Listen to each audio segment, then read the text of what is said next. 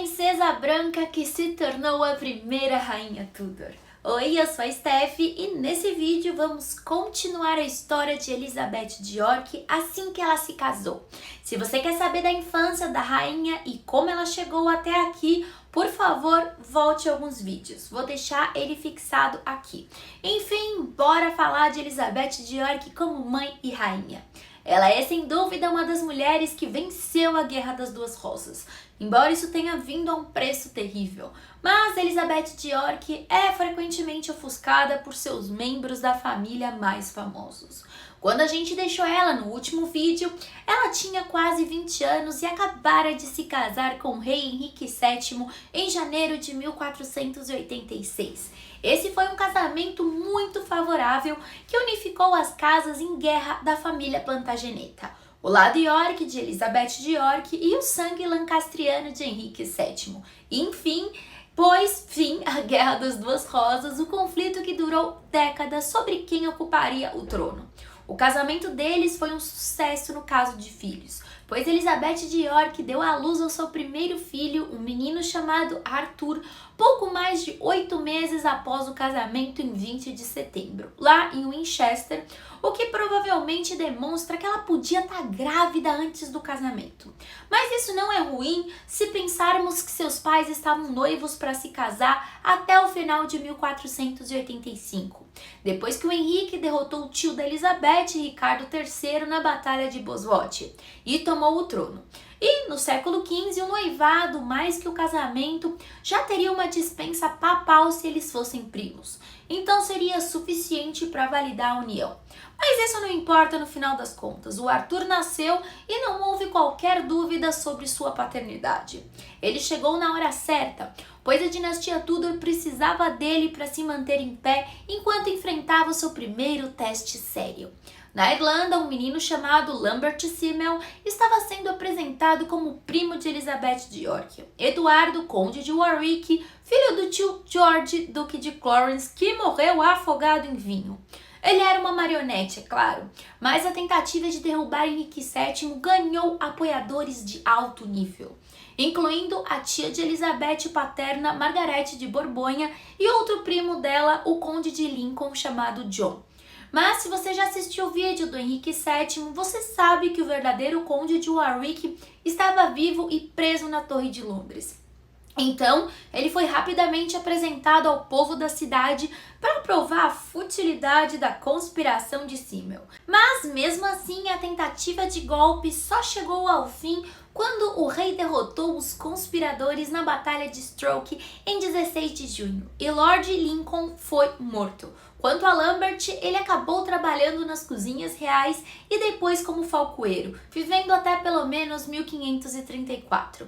Podemos apenas imaginar que foi, no melhor dos casos, embaraçoso e, no pior, irritante para Elizabeth ter tantos membros da família de seu pai tentando acabar com o governo de seu marido e, consequentemente, sua posição como rainha e os direitos de seu filho recém-nascido ao trono.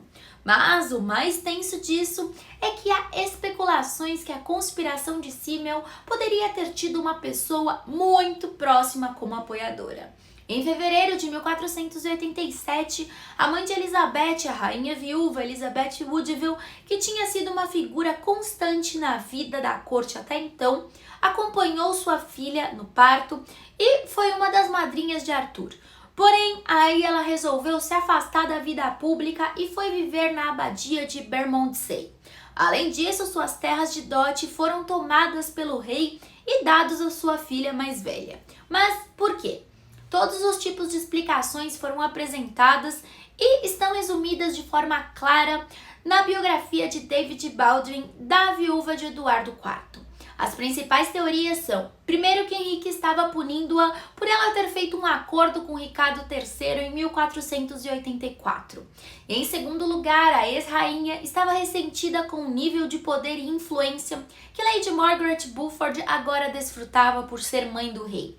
E estava, de alguma forma, na conspiração de Simnel. Outra teoria mais básica é que ela estava doente e se aposentou voluntariamente para a abadia.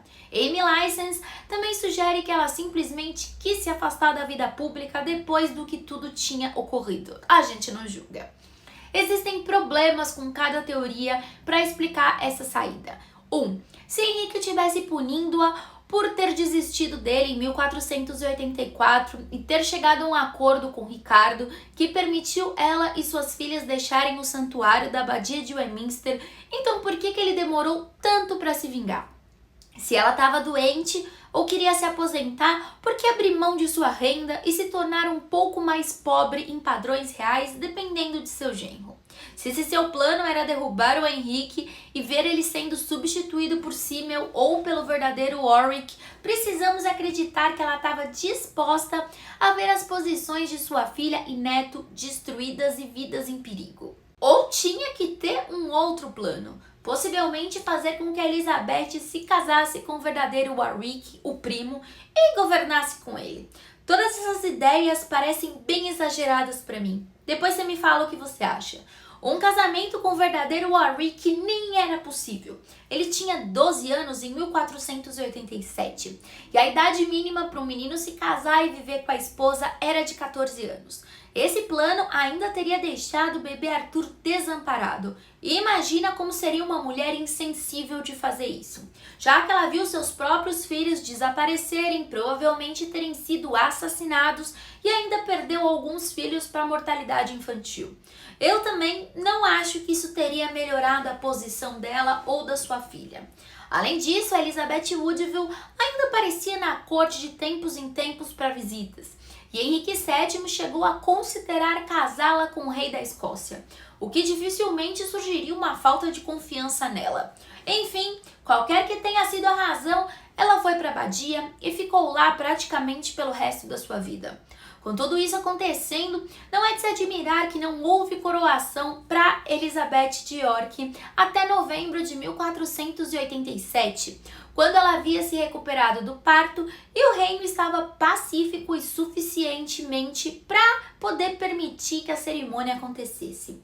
Quando finalmente aconteceu, foi como todos os outros eventos de sua vida. Realizado na abadia de Westminster, onde as multidões eram tão grandes que precisavam ser contidas para permitir que ela passasse e para mantê-la segura.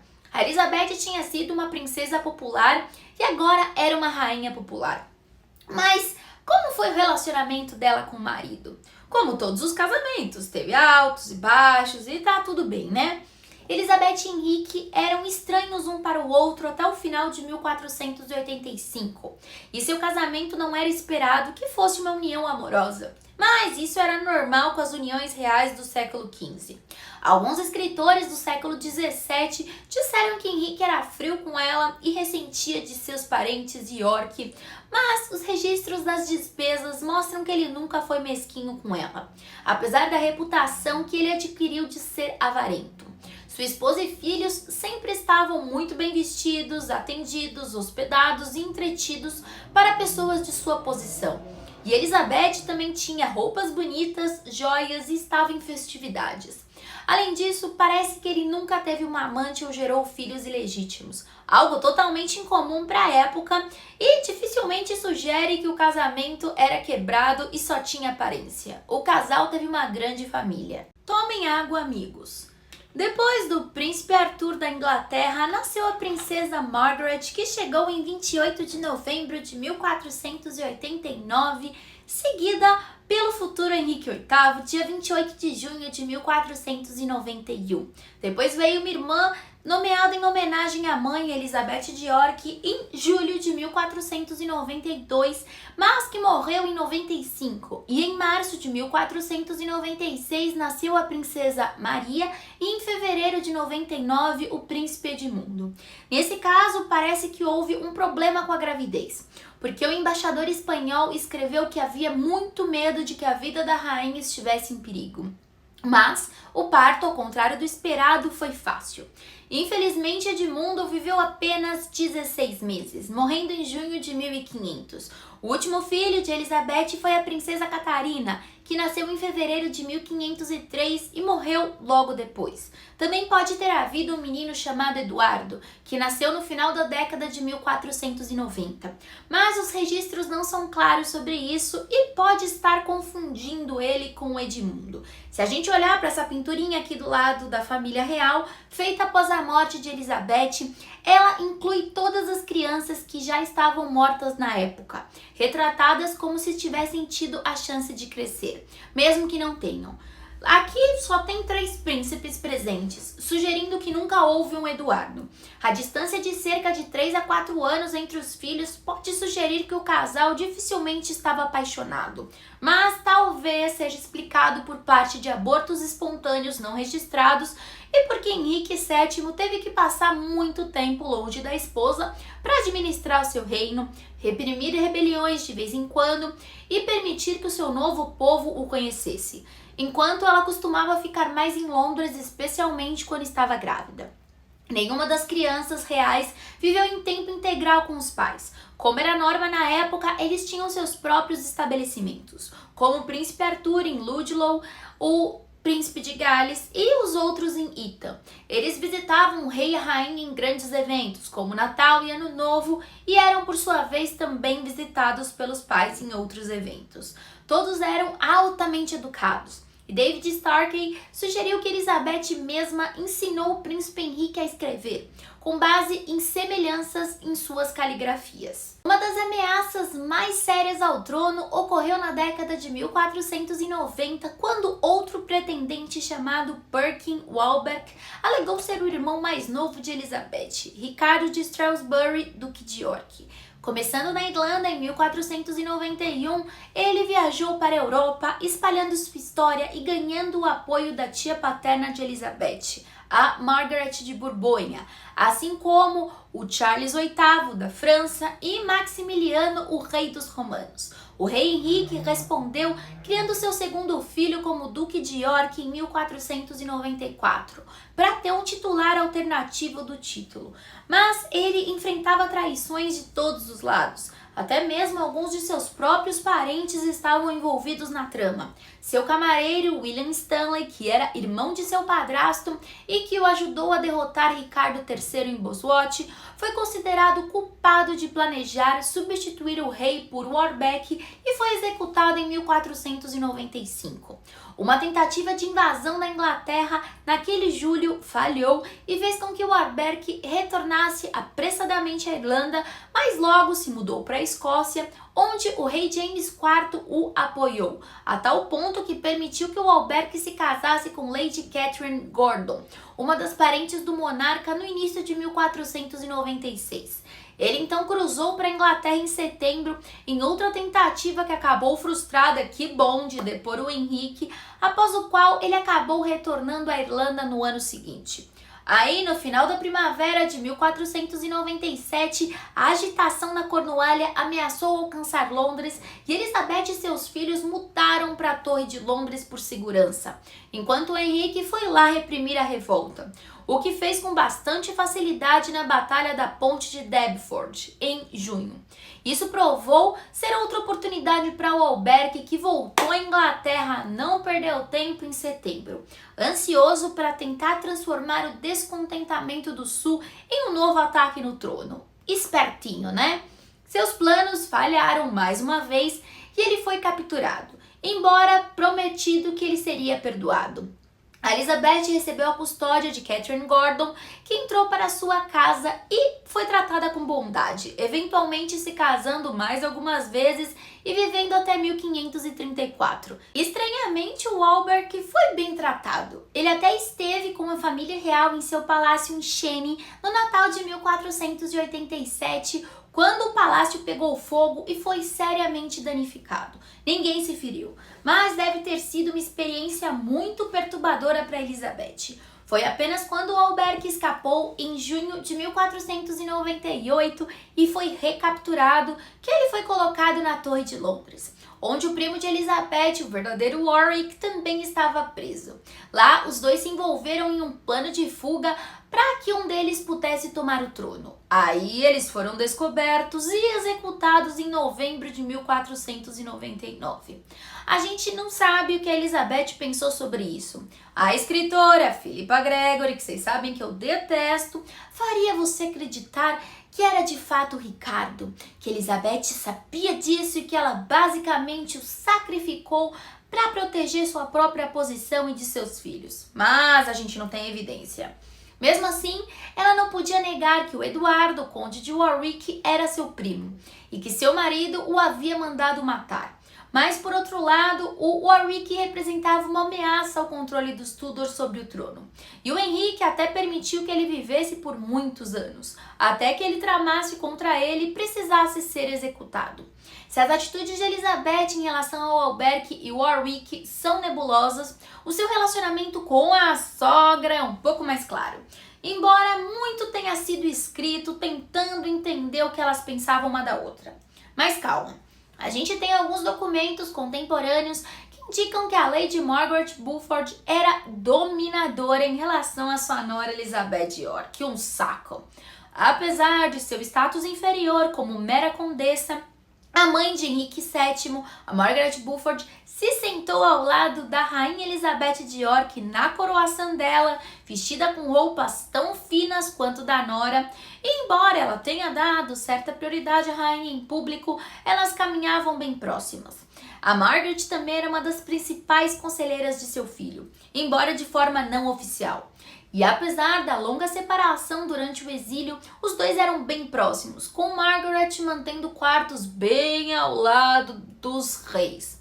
Isso naturalmente interferiu no papel de Elizabeth e a forçou a compartilhar os holofotes. Ei, Henrique, filhinho da mamãe! Em 1498, o embaixador espanhol comentaria que o rei é muito influenciado por sua mãe e seus seguidores em assuntos de interesse pessoal. A rainha, como geralmente acontece, não gosta disso. Não está claro se ele se referia ao fato de Elizabeth não gostar da influência de Margaret ou dos conselheiros ou de ambos. A impressão negativa que ele nos dá sobre as ações da Margaret é corroborada pelo comentário do servente real John Hick, que reclamou que teria falado mais com Elizabeth na corte se não fosse pela forte prostituta que é a mãe do rei. Uau!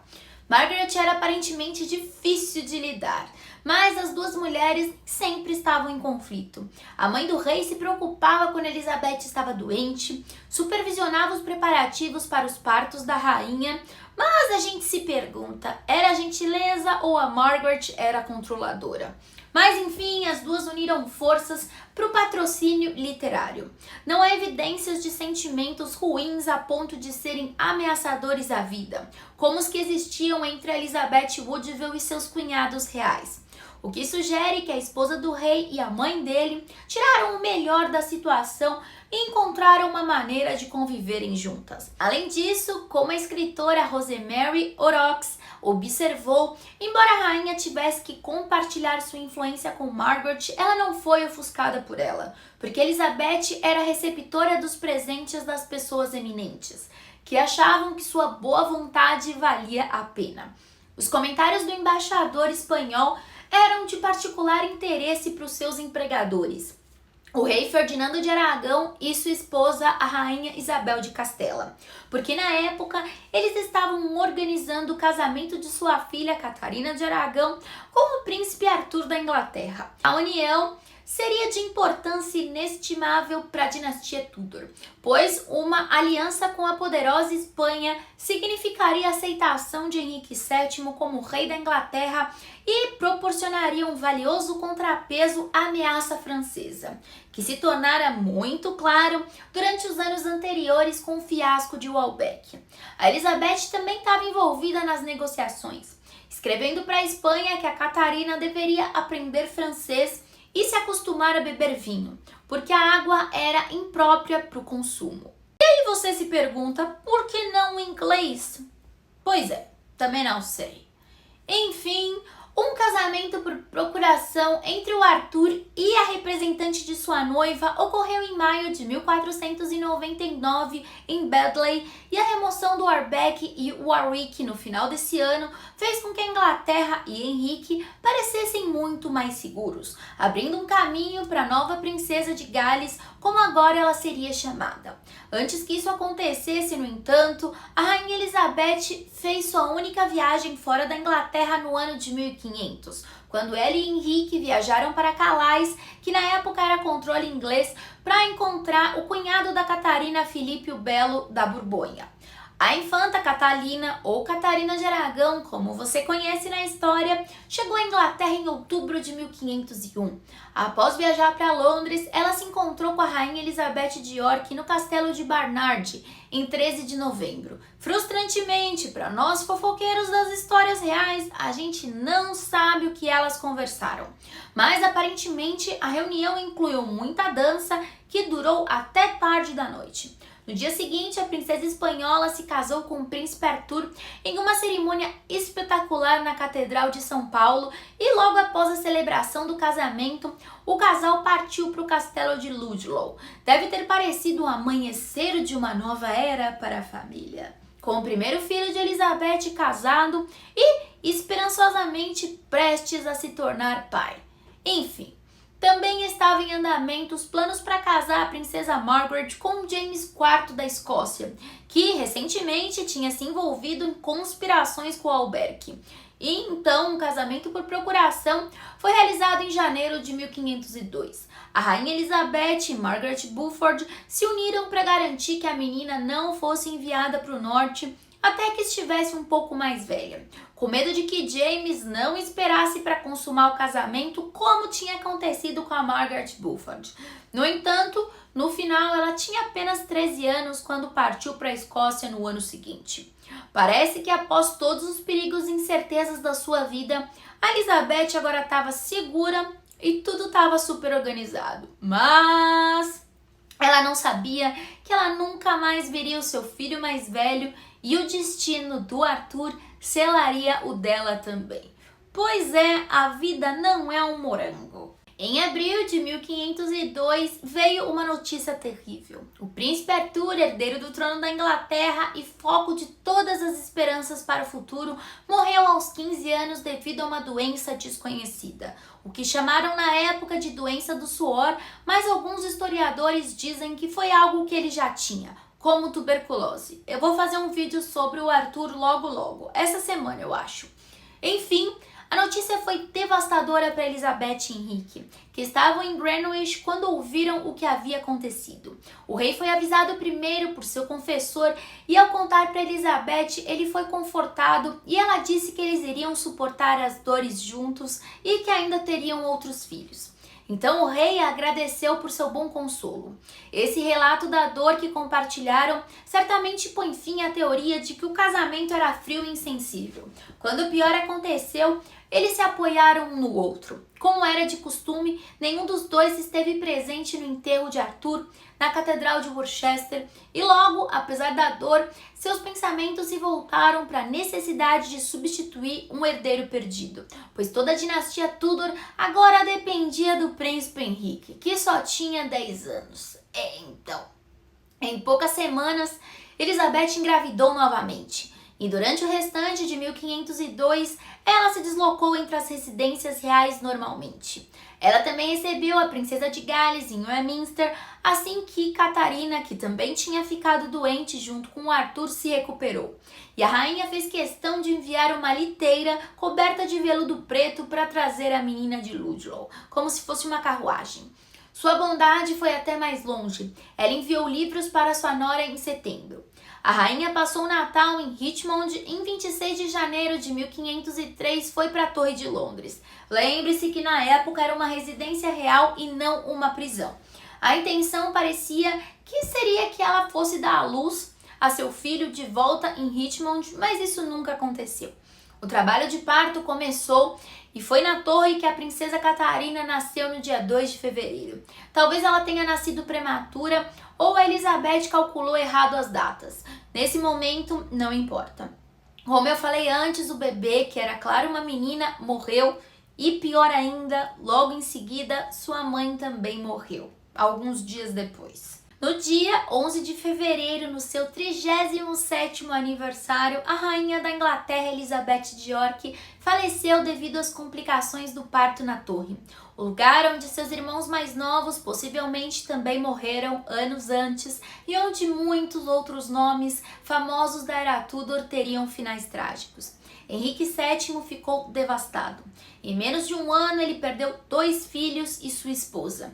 E um comentarista escreveu que ele partiu secretamente para um lugar solitário e não quis que ninguém o incomodasse. O rei, que é famoso por ser avarento, não poupou despesas do funeral da sua rainha, que custou 2.800 libras, e incluiu uma elaborada procissão. A Elizabeth foi enterrada na abadia de Westminster, o mesmo lugar onde havia sido batizada, buscado refúgio 2 vezes na infância e onde havia se casado. Inicialmente, ela foi colocada em uma capela lateral, enquanto a incrível Capela da Senhora que vemos hoje estava sendo construída. Assim que a construção avançou o suficiente, ela foi transferida para o seu local de descanso atual, que você pode ver aqui.